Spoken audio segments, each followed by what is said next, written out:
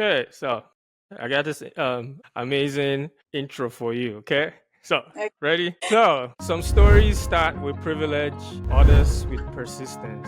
Today's guest was born in Limpopo, South Africa, a small town girl who dreamed bigger than her surrounding ever allowed. At 24, she earned her master's in law on a full scholarship in Shanghai. 3 degrees later, a Harvard leadership certificate in hand, and a study abroad organization, Roberta is proof that faith and strategy can rewrite any story.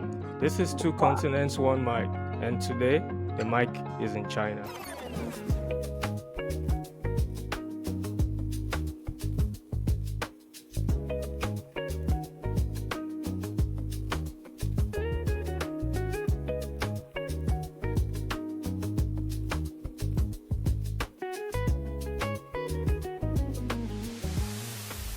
Welcome, Roberta.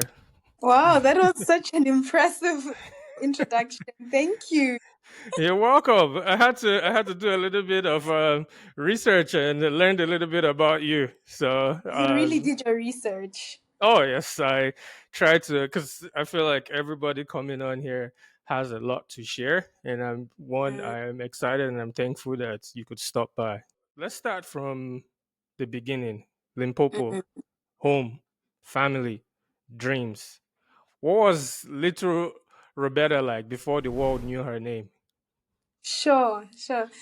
So I could say that the little Roberta has always been like a dreamer, but more than anything, I come from Limpopo, and anybody who knows South Africa, Limpopo is one of like the most smallest, I can't really say small precisely, but I can say that it's the most disadvantaged in South Africa. So, I mean, when you're in that place and you see what the world has to offer, you just dream big. So, yeah, so, as just growing up, my mom told me that, I used to see people going to school and I would literally cry. It was before my age, and my mom was like, Roberta, you can't go to school right now because you're too little. But she has always told me that I've always loved education from such a young age. So I think little Roberta has always been a dreamer and a believer in education. Oh, that's great. I think that's kind of what made you be one of the first women in your family to break that generational barrier. I Yeah, mean, what did that responsibility feel like to you? sure. Um, I think till today, I would say that it's a privilege, but at the same time, I think people don't see the cost of bearing such a responsibility because Yeah. there are certain sacrifices that you have to take. Your playtime does not look like other people's playtime. Playtime to me, it's so different to, how my peers may see it. But with that one, I think more than anything, it took a lot of persistence. It took a lot of sacrifice, time, and also another thing for me, it took a lot of faith. It took a lot of faith to believe that I could achieve something that I hadn't seen in my family yet. When you boarded that first flight to China, I was like, did you have any fear, or was it fate that carried you all the way from South Africa to China, not knowing what was going to happen or what you were walking into? I think funny enough, when I boarded that first flight to China, it was faith. It was excitement. More than anything, I thought, I would be very, not sad, but like, very anxious about it. But I really felt like I was so excited about coming to China. And for me, it felt like an opportunity come true. So I would say that, just coming to China, it has just been something very fulfilling for me. Boarding that first flight, when I got onto that first flight, I knew that China is the place to be for me. How many hours was it? Like, I mean, I haven't been to Asia yet, right? I think the farthest is from the US to like Africa, but I'm just imagining the flight time from South Africa all the way to China. It was actually very long, if I may say. I think it was around 19 hours. Yeah, I think it was around 19 hours. And during those 19 hours, I was just thinking to myself that, oh my word, this is such a big opportunity because in my whole life, I've always grown in Limpopo. So I've literally never been outside of Limpopo. I've never been outside where I'm very far from my family. So the first place I went was abroad, not even to another province, but, This, oceans across. So for me, it was sort of a big deal, but more than anything, I was so delighted. You are a brave woman. I mean, that's like your first time out the door, out of the continent, and you went straight 19 hours. That's brave to a country where you didn't even know the language. You're like, okay, we're going to do this. I mean, you definitely, I would say you definitely Mm, have broken that barrier that was in your family now. Uh, mm. so scholarship, that's one of the things that carried you out of Africa to Asia. The Yeah. I think CSC, yeah, CSC, the CSC scholarship, 800 word essays, professors letters, study plans. How did you survive all of that? With the CSC scholarship, with scholarships, I've always been applying for scholarships. Yeah. So when the CSC scholarship came, my documents were like almost ready. So with that, for me, the process was not as tiresome as people see it, because when you want something so badly, sometimes you don't even see the cost of getting it. You just want to Yeah. get it. So when they said 800 word essay, your study plan, I literally wrote it. When they said get letters from your professor, I was there. I was literally jumping up and down to go and get letters from my professors. So yeah, so with the CSC scholarship, I actually got it through a friend that had previously come to China before me. And she told me that, Roberta, this is a great opportunity. So that's when I applied for it. And, just by God's grace, I was able to get it. Yeah, that's amazing. I So it's more, you're very optimistic. Like you see the positive, and it seems like that is something that is driven you this far. Mm, That's very encouraging. So tell me, what's how would you describe the full breakdown of applying, rejection, the yes. fear, the persistence? How did that work out for you? Okay. So for me, when I applied for the CSC scholarship, before I applied for it, I actually applied for a UK scholarship. So Hmm. this was one of the biggest scholarships ever, which was the Rhodes Scholarship. And I had thought, okay, I'm going to be in, the UK speaking some, British language. But it didn't turn out like that. I got rejected. And when I did, I remember very well, I was literally crying. And it's because when I got my rejection, I was like literally in a computer hall and I was doing a project with one of my classmates. And when I got it, I was like, how could they reject me? And I literally stormed off crying and was like, I'm never applying for any other scholarship ever. And one of my friends, my best friends, was like, Roberta, you're so dramatic. You're going to apply for this Chinese scholarship. And I applied for the Chinese scholarship. But when I applied, because I had previously gotten rejected from a UK scholarship, I felt like, I hope this doesn't tear down my self esteem again. So I applied for it, and the waiting period was so long. Like, I remember I waited, I think, for about 4 months in between, because I was one of the Hmm. most earliest applicants when it comes to the CSC scholarship. So I think a week before that, one of my friends contact me and they say, Roberta, one of my friends got rejected from for the scholarship. And I just thought, am I next? So at this point, I can't be in the UK, I can't be in Asia. Where should I be? So then later on, that's when I think the next week, the letter came that said, congratulations, we've accepted you as part of the CSC scholarship. And I was so happy. I was so delighted. I remember I told my dad. My dad was very, very happy. My mom was so, so excited. She went around telling everybody in the neighborhood. You know how moms are. Yep, we know the African moms. They're always proud Mm, of the kids. So definitely. for anyone watching, dreaming of studying in China, when is the right time to start? So I would say that if you are dreaming of coming to China, there are different intakes in China. So there's the March intake, the September intake. But just having an agency and working with scholarships, the September intake is the best because that's when most universities open. Okay. So I would say that around, November, December, start fixing your documents, because that's when most universities are going to be opening so that you can come in September the following year. So if you're dreaming about coming to China, prepare your documents early. And for most opportunities, apply for the September intake. If you're looking, for example, to just come to China very fast, then the March intake is the best for partial scholarships and sometimes for fully funded scholarships, looking at how your marks are. But I would just say that, just applying early really, really helps, and having your documents in check And being on pages like TikTok, YouTube, and also Instagram, checking daily, with agencies in China, how they work and what's really needed will help you to just make sure that your application is done right and on time. Yeah, that's very informative. You know, you run Joda, right? Your non-profit helping disadvantaged youth. When did giving back become non-negotiable for you? Yes. So actually with Joda agency, that is my agency for scholarships, but I'm a co-founder in Joda agency. So I work with my partners there.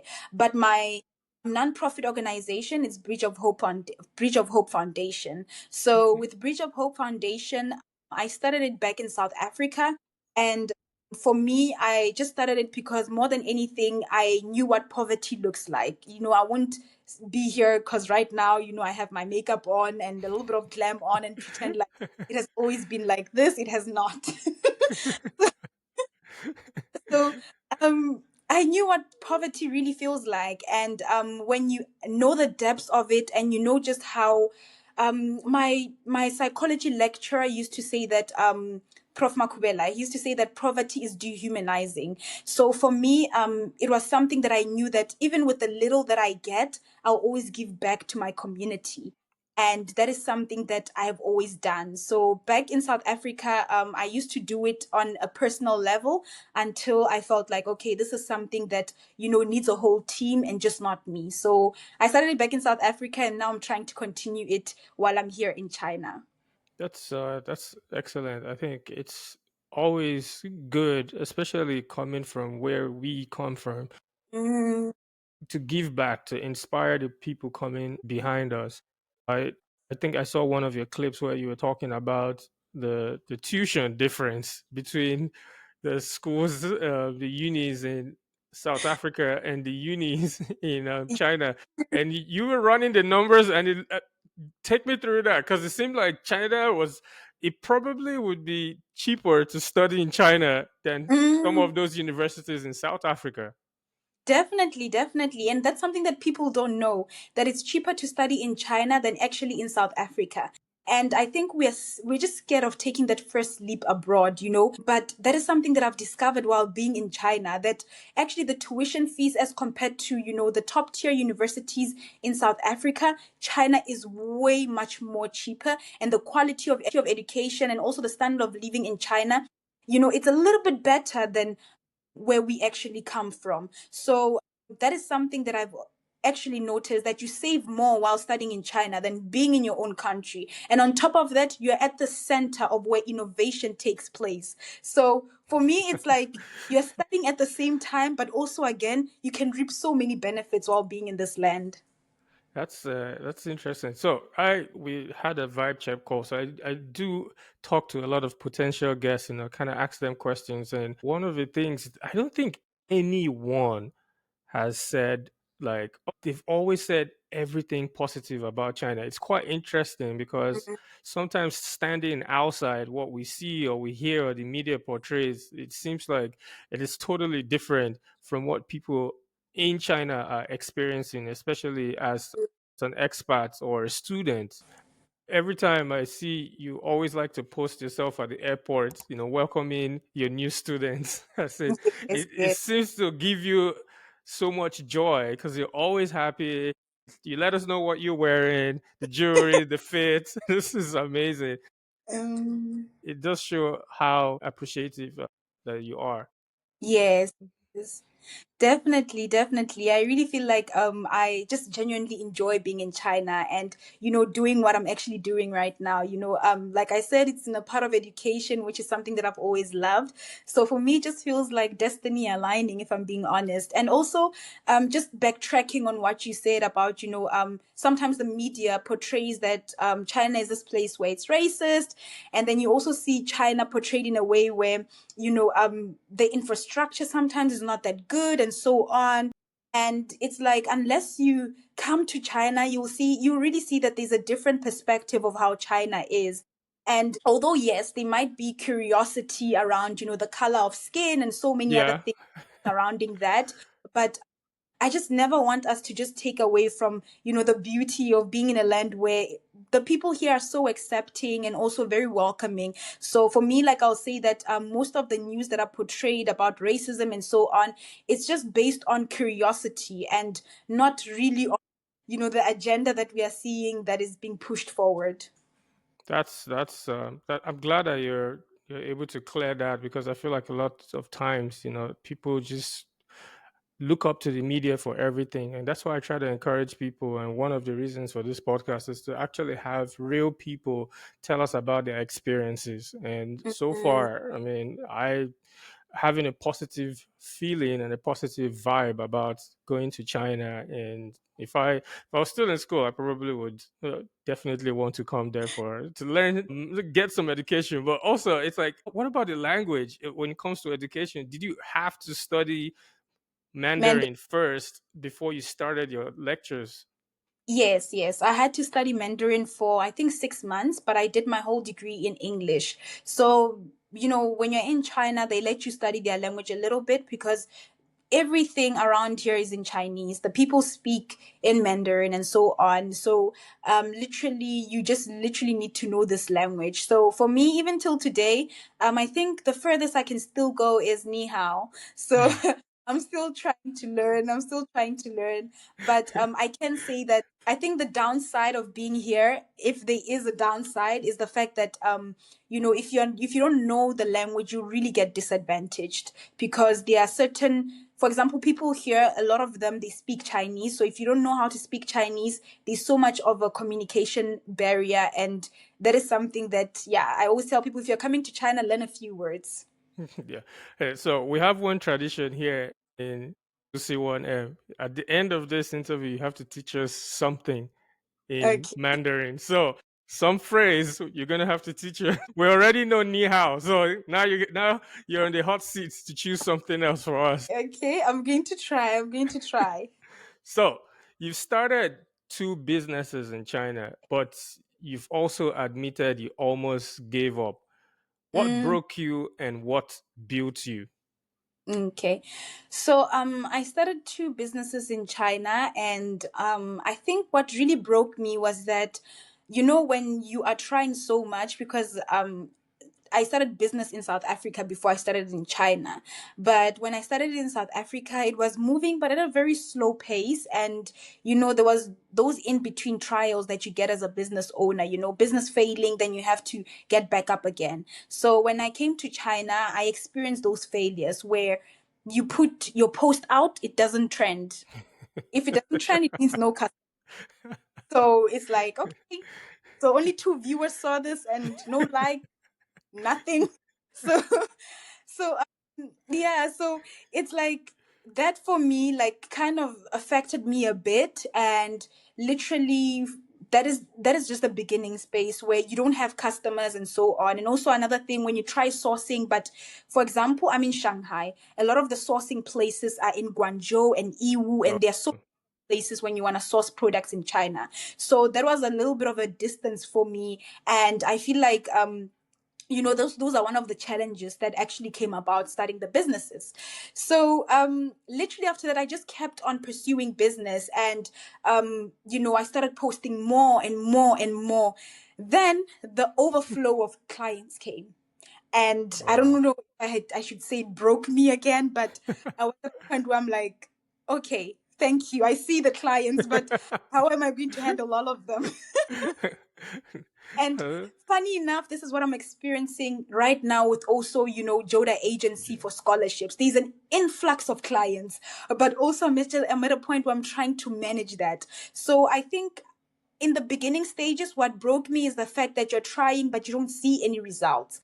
And you just keep on trying and trying. But what has built me is the fact that the more you keep on constantly doing something, believe me, a door has to open. Wow. Consistency opens doors. And as long as you're consistent, as long as you keep on going, you learn. You like Stephen Bartlett always says that the greatest entrepreneurs are those that fail fast. So for me, I'll always say that I think what really built me is failing fast, learning from my failures and just keep on going on. This is amazing. I mean, now I know I have to be consistent. I think one of the things you also said was like you grew from 2,000 followers to 15,000 in 1 year. True. What changed? Like, please share the blueprint. So when I came to China in South Africa, people loved me for my education content, but I would only blow up when it comes to videos, but not when it comes to followers. Okay. So when I came to China, I started doing a little bit of lifestyle in China here and there, but I was also speaking about education in China. And then I noticed that okay, my videos weren't getting a lot of interaction and so on. Then I just continued going. I think the main thing is not to give up. I continued going and posting and posting and posting. So, what really changed was when I posted a video about coming to study in China, how you can come and study in China. So, that video blew up. And from that video blowing up, I started posting videos that were consistent about coming to study in China. And then people started viewing me as, oh, the coming to study in China girl. Like, literally the other day, I was at church. Somebody was like, oh, you're the scholarship girl. And I'm like, yeah. Wow, that's amazing. So I think what really changed for me, and this is something that I always say for people that are always in content creation, get known for something. Don't be everywhere. Get known for that one particular thing. And when people see you as an expert in it, they're able to trust you because you're reliable. This is something that you've done research on and something that you're continuously, growing and trying to identify a lot of key points from it, a lot of knowledge from it that you can share with people. So what changed is that I really niched down to what really resonates with me, which is education and scholarships in China. That's amazing. And one of the things you also teach importing from China. I'm going to ask you because I know you had some fancy dinner somewhere with the manufacturers. I saw that. So you're going to give us a little bit of a tea about that. So next time when we come to China, we want to go to the place where they're going to wine and dine us before they take our Definitely, money. definitely, definitely. So talk us through sourcing, testing, especially like how do you go about that? Sourcing and testing in China. Yes. So with sourcing in China, this is something that, I'm seeing that in everything that you do have a community. Because even the people that are sourcing in China here, you don't source alone. There are people that have been here before me 8 years. For 8 years now, people that even been here longer than that. So most of my sourcing connection, I get from that. I ask people that have been longer than me in the game. And then also another thing is that I go to the factories myself. So I go to the Yeah. factories myself and I inquire. And honestly speaking, with sourcing in China, if you're in Guangzhou, that is the central hub of almost everything. The longer you are actually in places, for example, such as Guangzhou and Yiwu, you're able to understand how sourcing works. Your environment propels what you want to be in. So me being in that environment where everybody around there is sourcing, I was able to learn sourcing so fast in China, which is something that I'm currently doing right now. And also, again, having people that have been longer in the game that know where to get, the cheapest manufacturers with the highest quality, reliable manufacturers. I learned it all from, just learning from people that came before me. So that is how I actually got into sourcing in China. And they were just able to hold my hand and say, Roberta, this is how you do things. You are disciplined. I mean, I feel like that's one of the things that kind of makes you like because you're so busy and you've taken the time to be able to achieve these things in a step by step fashion. I mean, Yes. it's quite interesting. So, in learning these things, what is one myth you would say about entrepreneurship that you wish someone could have like shattered earlier for you, like as you're on this journey? I think one myth about entrepreneurship that I feel like somebody could have just told me earlier is that just because you see somebody making that 1 million in revenue, it doesn't mean that the next year, because you're starting today, you're going to make that $1 million in revenue. Right now in our current society, I'm seeing a lot of fast paced entrepreneurs. And being an entrepreneur is a very patient, it's a long game. And I think Yeah. we're not truthful about it. We just think that as long as I have the right systems up, as long as I can see that my product is going to be selling and so on, then I believe that the next year I'll be buying a Lamborghini, the next year I'll be living in a penthouse somewhere in wherever. And I'm seeing that really being an entrepreneur is a long game. And something that I'm learning is that if you want to build wealth, it takes time. If you want to build riches, no problem. You'll build that very fast, but they are not sustainable. It's not something that is going to carry you long term. So if you want to create quick money, you can create that with entrepreneurship, but really building a legacy and wealth takes time. And that's something that I'm learning in entrepreneurship, and it's not spoken about enough. So for me, I would say that the myth was, be an entrepreneur and everything will fall into place. But they don't speak about the nights where you're thinking that, okay, everybody is seeing this highlight on TikTok, but Yeah, in your bank account, you know that you're left with nothing. that's interesting. I want to double back to something that you said about when you were broken and when you built yourself back up. Yes. When when those things fell apart, when you almost had a time where you almost quit, what saved you? If I'm gonna be honest, I don't want to take it to church, and I don't want to be religious, but something that really keeps me grounded, something that really, people always ask me, Robert, how are you able to achieve these things, how are you able to still keep on going? My faith is the biggest thing ever. And I think what really kept me grounded, what really kept me, just steady, saying that, okay, it's going to work out, keep on going. It's because I knew the promises that God had for me. And those are things that I had written down. Those are things that I knew that they just had to come to pass, just like me coming to China, just like, me being able to fulfill all my degrees and so on. So I think what really kept me grounded was the fact that if I could, achieve all the things previously, then even this one is just something that it's a pass by. I take trials and tribulations like, okay, these are hurdles that you just need to pass by. It's no biggie, but I'll definitely cry through it. But what I do know is that there's nothing that lasts forever. So I think having that mentality that you're going through it, you're not going to be staying in this You know, situation. That is something that, kept me going. And just my faith of saying that, you know what, it could be achieved before. And right now it can also be achieved. So I think that's something that really built me back up. And I also don't want to account it only to myself and having that faith, but having family, friends, and just people that I don't know how many times I called my best friend crying, how many times I called, my dad and my mom telling them that I'm quitting. And my mom doesn't take, this whole crybaby thing from me. She's also an entrepreneur, so she knows the hardships of being in entrepreneurship. So for her, she would just be like, Roberta, cry but move forward. That's how she rolls. She says, I don't mind you crying, but you need to move forward. it's something that I often tell myself is I try not to cry over spilled milk, but how can we clean it up and how can we move forward? Very, very true. And there's this other quote that I really love and I live by Joyce Meyer. And it says that you can either be pitiful or powerful, but you can't be both at the same time. So you can either stay in your pity or you can keep on going, but you can't be both.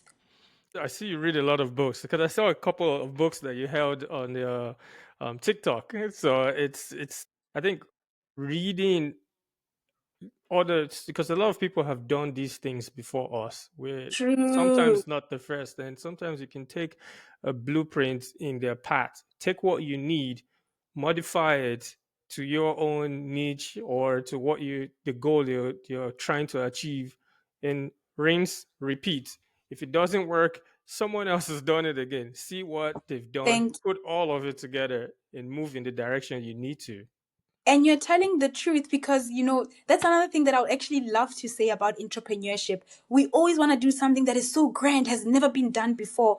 But believe me, there's somebody who has done it. Look at what they've done. If somebody told me that also earlier, I would have just looked at what people have done previously and just copied it because honestly speaking, you modify as time goes on. But Yes. literally, whatever that you're trying to do, somebody has done it. Learn from their mistakes. You're going to skip ages of trying to, just make your own mistakes and so on. There are certain mistakes that you don't have to make, that you can just skip if you read books. But because we are social media people and social media sometimes gives us half information, I'm Yeah. telling you, you'll not be able to, just learn fast and so on. So for me, I'd say that if you're looking for just really propelling fast in your destiny or in your purpose, look at somebody who has done the same thing that you are doing, and I'm telling you, you're going to go fast. Okay, so now you have to suggest one book for me because I am about I wrapping up the have it. Outliers again. Sure. So, my current and my favorite read, The Diary of a CEO by Stephen Ballet. Fun fact: I watch him a lot. I kind of like it's kind of like what we're saying, right? I watch Stephen Bartlett, I watch Jace Shetty, and I watch Trevor Noah, and I feel Yeah. like all three of them are very unique. And what I'm doing is a little bit different. Mine's is a little bit remote, right? But at the same time, I'm trying to convey a message, right? To like we talked about our brothers and sisters back home or anyone in the world, like just Mm, trying to be humanistic, put the human sides of all of us that are immigrants and hopefully the world will accept everyone as their own. One day we'll see. definitely. I really believe The Diary of a CEO by Stephen Ballet, The 33 Laws of Business and Life, for me, it was also a game changer when it came to my content creation because he's a marketing genius. Yeah. So I used some of the tips that I felt like I was not really receiving in any of his videos that I think he really put so much, effort in this book. And there's so many things that, you could literally get so many gems that I'm still using till today from the book. So for me, it's one of the best books that I feel like you can definitely read. I'm definitely, in fact, after this episode, I am going to get it. I'm definitely promoting Stephen Barley here. I had one video that I posted, and I said one of his quotes that he has said. It's like the price of entry into content creating is embarrassment. If you True. never hit that like, or a record, if you're worrying about James in the office, thinking about what you like the embarrassment, it's like you're never going to be able to do Mm, anything. And another person that I like is Niska Shah. She's yeah. He that one. had a he had an interview with her, and she has a. I hope she writes a book soon because she has a lot of gems to drop too. So you often mention discipline, networking, balance in your Yeah. TikTok. You always talk about that. What do those words mean in your everyday routine? Discipline and networking. So I think my friends more than anything know that I'm a big networker. I've learned that from literally my varsity years that networking will get you into so many rooms. Right now, networking is something that I would like to disagree with many entrepreneurs because they are trying to discredit networking and saying that, networking is a waste of time and so on. But for me, I believe to be where I am today, also it's because of networking. So networking, I believe, gets you in rooms where you cannot get in yourself, especially if you come from just a place where you are disprivileged. Network your way up. That will be my biggest advice. Network your way up until you get to a place where you know that, okay, now I'm building my name, my brand, and you don't have to really network that much anymore. So that is one key thing for me. Another one, discipline. So discipline for me looks like knowing what the tunnel vision is, knowing what your vision for life is, and going after it relentlessly, so without looking back. So in my everyday life, there are things that I practice every single day, and whether they are boring, whether they are things that are just not exciting right now, I make sure that I practice them. And most of them look like, for example, my everyday meditation, making sure that I'm Yeah. grounded. you know Another thing, also something that I really really practice, is making sure that I'm in check, I'm keeping in touch with all my businesses and also with my mentors, talking to them daily, making sure that everything is running afloat, not choosing that today I don't feel like doing it. Let me just not. I can postpone it. So for me, discipline looks like doing the boring things each and every single day, whether you like them or not. And believe me, till today, sometimes it's not perfect. It's really, really not perfect. Sometimes, I miss out on that discipline and consistency, but, it's just about getting back in the game every single time you just slip up. Yeah, I think you said something about mentor in what you Mm-hmm. just said. I think that's very important. I'm actually actively looking for a mentor in podcasting, right? There's only so much that I can learn and read, but sometimes it's good to have someone that can help you handle the reins. I have my co-host. She's working today and she couldn't be with us. But we talk about that often, in trying to build and emulate with our own style other podcasts. So I one of the things I was planning on doing is trying to reach out to some of these larger podcasters and just, hey, like if they'd be willing to take on Yeah. someone and see how it goes. I mean, I think like you said, it's opportunities, and networking. And also with the whole mentorship situation, with mentorship, it was something that for me, I felt like maybe I needed to have, reach out and have a specific mentor. But my mentors found me along the way of being consistent. My mentors found me along the way of just being exposed on my TikTok. The current person that right now, the co-founder of Yoda Agency, that I'm co-founding with right now, Yeah. he plays a big mentor role in my life, and he's even younger than me, and I don't think he knows the type of role that he's currently playing right now, but he plays a big role in my life of guiding me when it comes to business, guiding me on how to keep things going and so on. And he found me on my TikTok. So I would say that sometimes you just being consistent at what you're doing, people can see that discipline and they take you on and they're like, okay, this is somebody that I can potentially work with and I can potentially mentor. So I believe that another way of finding mentors is just keep on doing what you're doing, and people that see that light in you would want to say that, okay, I want to grow with you. Yeah, that's really good. I definitely am going to pencil that down in my little journal here. So, Yeah. what's one thing China taught you that Limpopo never could? Oh, but China taught me that people don't sleep. That I don't think Limpopo could have ever taught me. Like speaking, China taught me that China works 24/7.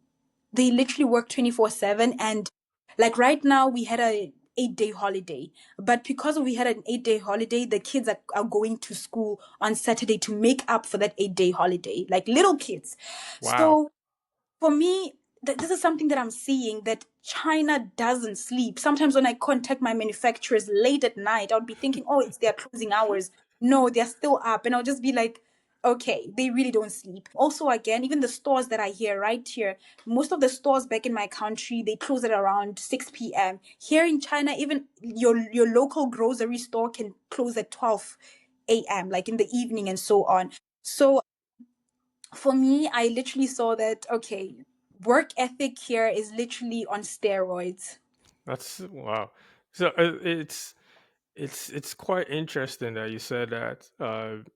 It prompts me to ask you another question about that. Right? You talk about walking like at 2 a.m., 3 a.m. in China, and you feel safe. Like, what is that like compared to um, back home in Limpopo?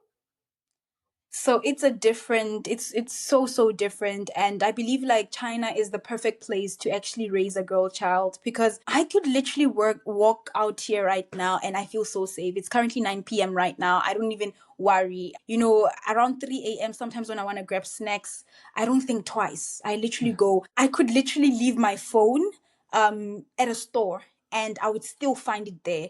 Like, it's not something that I have to think about. I think since I came to China, I'm even more careless about just my things, because I'm like, oh, it's so safe. But if I'm being honest, China is really as safe as what people say and make it out to be, because I don't have to worry about my safety. I don't have to worry about anything. They're very strict. Like literally even noise. If they hear you making noise, police are coming. Even the Wow. slightest noise during the evening, if your neighbor really feels that you're making consistent noise, he calls the police. Back in South Africa, you can't call the police for making noise. Like, please, our crime prevention needs to do, something else, and you're calling us about noise. So in China, I saw that. I remember telling my friend that I'm like, is it a case that there's just no crime, that noise is taken to a certain level, as if where it's theft? So yeah, so in South Africa it's totally different. In South Africa it's not safe at all. In South Africa, there's a constant, crime that is going on. Things, for example, such as theft. Things, for example, such as rape. And things, for example, such as women not feeling safe at all anymore. Right now we are, one of the top, what's this thing, femicide capitals right now in the world. And that is Hmm. something that is very concerning. So just being in China, this level of safety. It's a privilege that I feel every lady in South Africa deserves to at least feel. So yeah, so in South Africa, like I always joke around, but it's the truth. You'd literally be walking by, and especially in places like, your MTN taxi rank, they snatch your wig and they're selling. They literally are selling it. This is interesting. So one of it, like you, it's the same place that all the guests that I've spoken to in China and another place is in Korea. A Mm, lot of South Africans and everybody has been consistent in talking about safety. I the young lady that I had in one of my episodes, she's a makeup artist in China, and she was telling me when she first landed, she had forgotten her phone in the bathroom at the mm. airport, and she was going crazy, and she went back and the phone was still there. Literally, it is that. For me, it's the level of discipline that I've seen here is just on another level. But I've noticed that they've done well in crime prevention. I think I remember I was having this conversation with my pastor, and he was saying that because he also lives in China. So he was saying that you know what the difference about China and our countries is, and he said that our countries work on China works on crime prevention. Our countries normally work on the effects of crime. So that is the big difference. So I think that's the thing with China. With China, there's a lot of cameras that are around here. So you cannot just commit crime the way that you want. The police are very, very strict here in China. But in our countries, the police are just very relaxed. There's not a lot of CCTV footages that are going around that are provided by the government and so on. So we really work on, the after effects of crime than actually preventing crime from even happening. So I think that's the difference between China and, other parts of the world that I can just see from right now. Some people will say that's the government monitoring you, but if I'm safe, they can watch me all they want. As far as I'm not doing anything bad, I honestly do not mind. Please, as far as like there's just that feeling of peace, when you can Mm, be in your home and you're not afraid that there's going to be an intruder, that's coming in to take your things or your hard work. That is so true. Like I could literally leave my door open and I feel like okay, it's safe. It's safe. I don't think anybody's going to do anything. So I really believe China is a really safe country, and yeah, I'm just really happy to, just experience this level of safety, especially coming from South Africa. So, in saying that now, would you ever move back to South Africa? And if you did, what would you bring back with you to South Africa? Oh, so that is a question that my mom asks me almost every month when I come back home. Um But would I ever move back to South Africa? I think I would move back to South Africa in terms of holiday. I don't know if I would move there permanently. I don't know if it's part of my plans to move there and so on, but we'll see how life, goes as time goes on. So in South Africa, I believe that I'll just go there for holiday, have a little house in South Africa and just just be there consistently here and there. Vacation, remind you of home, the time at home, and then buy your ticket and head back. And head back to China. So that is just a plan. So yeah, so I think if I had to go back to South Africa, what I would love to bring back to South Africa, which is something that I'm currently working on, is employment. Okay. So what I want to bring back to South Africa is employment and also again opportunities. Yeah. So more than anything, I just want to create. If I'm moving back to South Africa, I always say that when I go back home, it must be for a purpose. I can't just be back home showing people, oh, I came back from China, but I'm not bringing anything, because for me, I always believe in extending my hand forward. So really, my plans of moving back to South Africa means that I need to take all the skills that I've learned here and be able to create something in South Africa that will not only benefit me, my family, but also benefit, the youth in South Africa. And that for me looks like the high rates of unemployment that we're having right now. And I know how much I love entrepreneurship. I want to combat that with just employment and just the things that I'm forming as a foundation here in China to bring them back to my country. Wow, Roberta. We're gonna have to reach out to the South African government They can't let you leave there. They need to bring you back home, hire you in the government, and let you like no, seriously, like this is amazing. And I think this comes also because you've had leadership roles through college. I remember seeing that. So like you featured in newspapers, like I mean, this is some good stuff. So Thank you. I know we've been talking a lot of serious things. So now Mm, let's we're gonna play a couple games, right? okay. And this is we call it get to know your country quiz. So we ask you Oh, questions about. I'm going to ask you a couple questions about China, a couple questions about South Africa, specifically Limpopo, so you can teach us and teach okay. everyone watching a little bit. So, what is Limpopo's signature meal? Ooh, okay. Limpopo's signature meal, I believe Hmm. it's pap. Pap. Yeah, I know all my Limpopo people can attest to this. It's pap. And also, for me, honestly speaking, I'm like a very traditional girl. So I love my morodu. And morodu is like tripe. It's like the intestines of I don't know if it's a cow or what, but I think in Nigeria, sometimes some people call it towel because it looks like a towel. yes, Some people I love that. will call it shaki. I mean, I Shag- used to like it, but for some reason now, as I grew older, it is not one of my favorite parts Hmm, of the meat. is it the States? Is it because of living abroad? I see we're living our culture. Maybe, and I think maybe it's just the way they cook it over here. It's probably different too. Uh-huh. Yeah. So, what's Limpopo's most famous landmark? Limpopo's most famous landmark, I would say it's Kruger National Park because that is where the Yeah. big five is. So, every time people want to visit Africa, they're like, there are animals in South Africa. So, if you want to visit the animals, you'll find them in Limpopo. The Kruger National Park is in Limpopo, and I think it's the most famous landmark. Oh, okay. So you would say that's one of the most hidden gem tourists would miss if they don't visit when they visit South Africa. I mean, if you visit South Africa and you don't come to see the lions and the giraffes, why are you even in South? Really? Oh my god. So if you if you could rename because we all know you're a Shanghai niece, right? A Shanghainese. If you could rename Shanghai using a South African word, what would it be? I would say Maboneng. It's already a place in South Africa, but I would say Maboneng because Maboneng means lights, and Shanghai is like that. Like Shanghai is like lights are everywhere. Like you just get to dream big when you're in Shanghai. So I would call it Maboneng. Okay, it's good. Say it one more time so I can learn it. Mabune. Excuse me, Maboneng. Maboneng means like city lights. City light. Mabune. Okay, city light. So yeah, I've learned one phrase already. Still got to teach us one more at the end. Just saying. So, if there were three Shanghai spots you wanted to show someone, your Yeah. mom came to visit you, what is the three places you would want to show them in 24 hours? In 24 hours, I would take my mom to the Pearl Tower. Okay.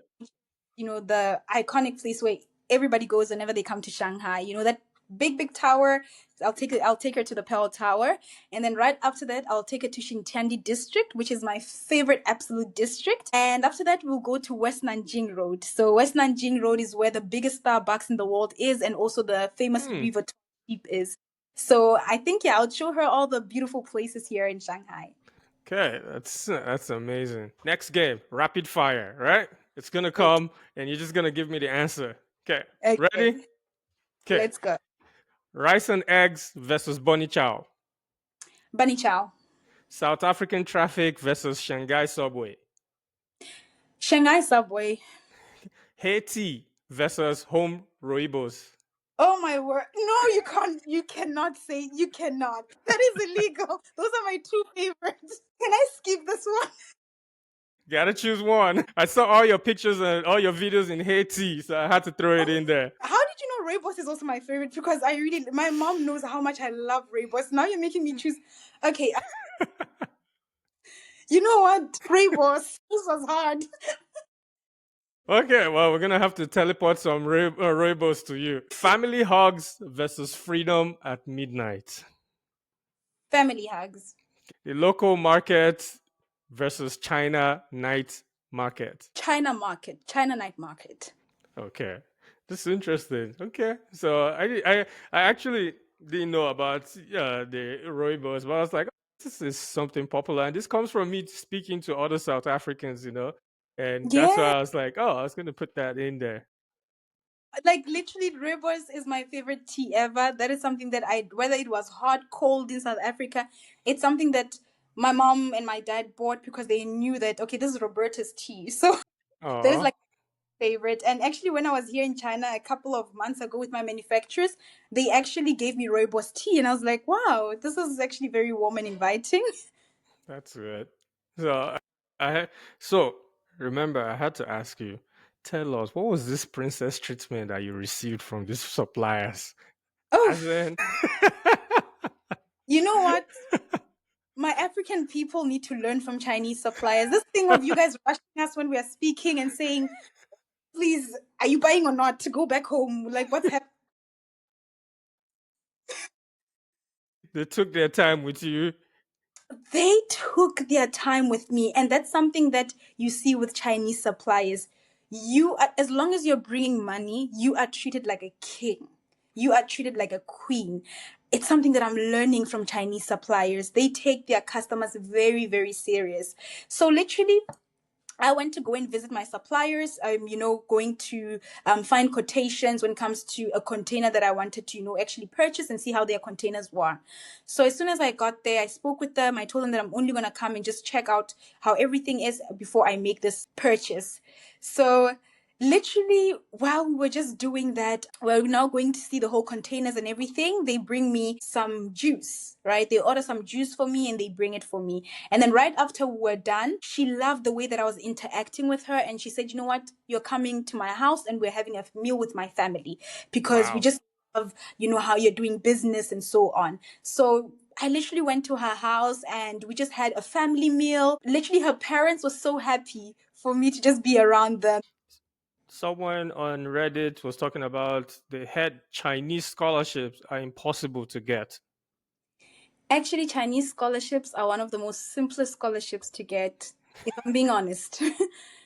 If I'm being honest, Okay. they're very, very simple to get. And I think the reason why a lot of people don't know how to get them, it's because, the knowledge on how to get Chinese scholarships is not so freely available. And when you go to this websites, they're also in Mandarin. So Chinese Okay. scholarships are actually very easy to get. If you're applying for yourself, it can be a little bit difficult. But if you're applying through an agency, it's much more better for you. So I would say that with Chinese scholarships, definitely, because more than anything, yes, they look at the marks and so on, but they also look at just your ability to be able to come and study in their country. What type of, courses do you have that resonate with the field that you're going into? And according to that, they're able to grant you a scholarship. Okay. Okay. Next statement that I've seen is China is cheap but lonely. Okay. So I would say that China is cheap. China is cheap, but also another thing that in China that I've seen is that everybody's just so independent. Like everyone is independent, they are minding their own business. So China can be lonely if you don't have friends and also a sense of community around here. Okay. Okay. And there's the last one that we're reading.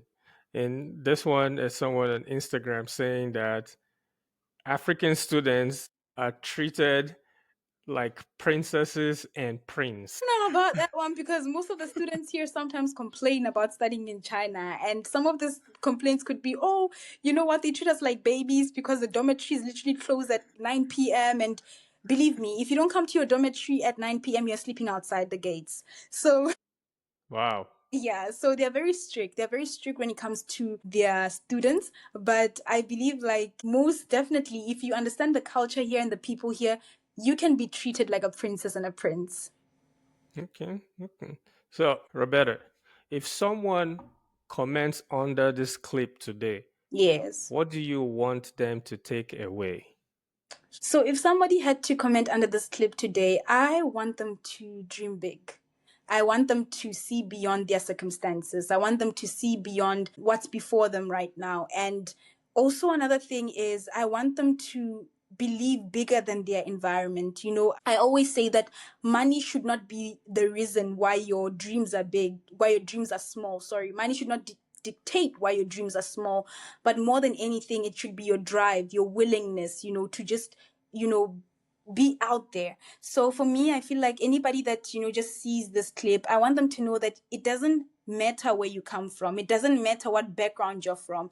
But as long as your dreams are big, you can end up abroad and you can do so much for yourself, because I believe that right now I'm the epitome of that. So I want people to just dream big and beyond their circumstances. That's amazing. I mean, I feel like God has brought you to a foreign land so you can find your voice. Sure, that's so beautiful. Thank you. You're welcome. So, in our two continents, one mic tradition, you have to teach us a simple phrase in Mandarin and one in your local dialect. Okay, so now you're exposing me that I don't know Chinese. I've been telling people that I know Chinese. So what is all of this? So, okay, so I think not one word that I can teach you is 你叫什么名字, which means what is your name? Okay. Ni chao shama mensi. Yes, 你叫什么名字? Okay. And I'll say shama mensi, Tony. It's a Shama mensi, Tony. 我叫 Tony. Or Jiao, Tony. Yes, yes. That's if I'm correct also. Hey, God. These are people who watch it. The Chinese people will be like, nope, abort. That is not what. That is, no, For all the she is not Chinese one people of that may us. be watching, for all the Africans that are in China that know Chinese, please act like what I'm saying is correct, okay? Comment section is going to be blowing up. Like, Roberta, no, you have failed us. Okay. What about, so what language do you speak in South Africa? In South Africa, I speak English. I speak Afrikaans. Afrikaans, I'm not good. I'm not that good at it. I also speak Sipedi. So I think I will teach you something in Afrikaans and something in Sipedi. Okay. Okay. Let's go. So, okay, in Sipedi, sorry, we'll start with Afrikaans. Mhm. So in Afrikaans, I'll just teach you Baya Donkey. Okay. Buy a donkey. Baya Donkey, yes. Baya Donkey means thank you. Oh, buy a donkey. Yes, yes, yes. And Okay. then something in Sipedi. Sipedi, I'll teach you. What can I teach you in Sipedi? I don't know what you can tell me. Maybe something that you'd like to learn in Sipedi. Welcome. Galabur. Galapur. Yes, Galabur. Means that. Galapur. Yes, yes. It means welcome. Okay. Well, unfortunately, I should have said that in the beginning, but I want to say this: from Limpopo's red dust to Shanghai skyline. Uh, Today's conversation with Roberta reminded us that relocation isn't about escape; it's about elevation. She turned her essays into scholarship, obstacles into opportunity, and fate into a foundation others can stand on. And because she believes in sharing what she's learned, we're giving away her free ebook on studying in China. So, for you to get that, just DM us ebook and I'll send it to you directly. We're also giving airtime to 5 listeners from anywhere in the world this week. So, just for being part of the community, all you have to do is drop your country flag in the comments and tell me one thing this episode inspired you to do next. So, if this episode moved you, hit subscribe. That single click helps us keep bridging continents one mic at a time. Until next time, stay real, stay connected, and keep the mic alive. Thank Thank you for you having so me. much, Bia Donkey Roberta, for stopping by once again. It was a pleasure having you here with a busy schedule. Thank you so much. And I hope that you come on again.